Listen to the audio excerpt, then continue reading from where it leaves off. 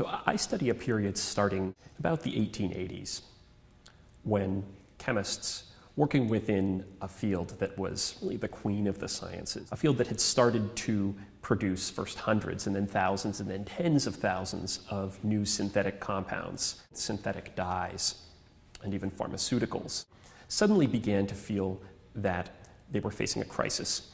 And the crisis was a crisis of language, what they needed most in order to allow chemistry, to organic chemistry, to continue to develop at this breakneck pace, was rules for naming organic chemical substances.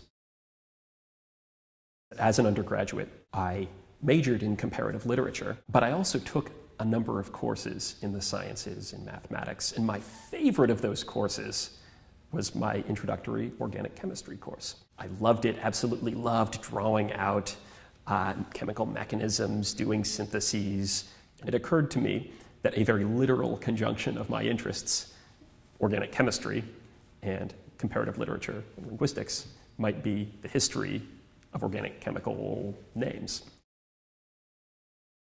My sensitivity to language has attuned me to a number of different things, both the kind of technical constructedness of language and names, but also in the power of metaphors.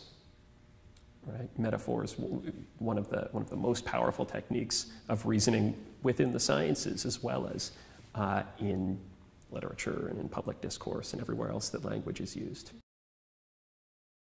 There is no such thing as raw data. It is never value neutral, never politically neutral, even if nobody designed in a mustache-twirling sort of way the, say, structure of a database of gene information. Still, the assumptions that informed how those names or those files or those data records are structured have a deep history. It's important that we understand the assumptions underlying the language that we have.